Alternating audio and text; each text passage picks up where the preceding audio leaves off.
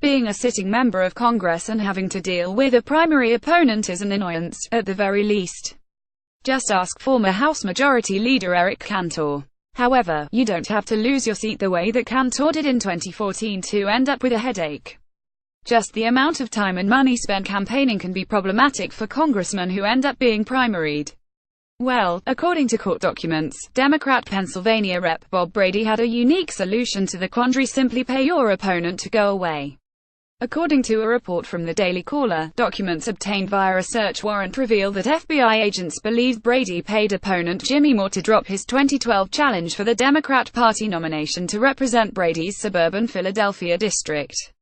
FBI Special Agent Jonathan Arcilliga filed a search warrant request on November 1 in the U.S. District Court of the Eastern District of Pennsylvania for all emails associated with Brady's campaign email protected, the Daily Caller reports. Trending: NFL has a weaselly plan to stop protests. Trump slams idea in 257 characters. The news originally broke earlier this week, when Seamus Hughes, deputy director of George Washington University's program on extremism, published the documents from the search warrant online. Let's break some news. A sitting member of Congress is being investigated by the FBI for false statements, conspiracy, and campaign fraud. They got a search warrant for his email and believe he's lying. Pic.twitter.com at 6 with Ab. Seamus Hughes at Seamus November 21, 2017. The FBI documents said law enforcement had probable cause to believe that Kenneth Smuckler, Robert Brady, Donald D.A. Jones, Jimmy Moore, and Carolyn Cavanes and others known and unknown have committed violations. These violations could include charges of conspiracy, false statements, producing false records, causing false campaign contribution reports, and violating limits on campaign contributions and expenditures, the Daily Caller reported. Given a busier off-year electoral season than usual, it hardly made a blip on the political radar in October when federal prosecutors in Philadelphia indicted two of Brady's consultants on the 2012 campaign. According to the Associated Press, Kenneth Smuckler and Donald Jones were indicted and charged with masterminding a scheme in which Moore was paid $90,000 to drop his challenge to Brady. The two faced charges that included conspiracy and lying to the FBI. Moore and his aide have already pleaded guilty to taking the money. According to prosecutors, the $90,000 was meant to cover Moore's campaign debt.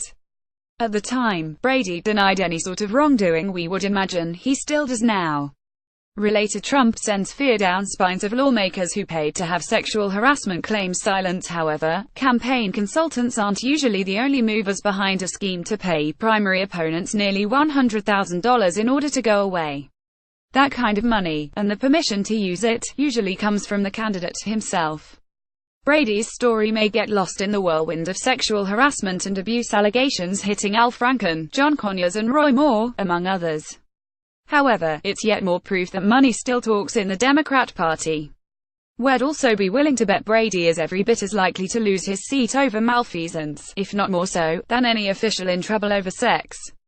Whether that's fortunate or unfortunate is your call. Brady is a relative unknown in the Washington milieu, while Conyers continues to wield substantial power in both Congress and the Democrat Party despite the obviously encroaching wages of senescence. If you're looking to bet on what politician is most likely to go from Capitol Hill to the Big House, though, it sounds like Brady could be your guy. HT Breitbart, please like and share on Facebook and Twitter with your thoughts on this case. What do you think should happen to this congressman if he's guilty? Scroll down to comment below.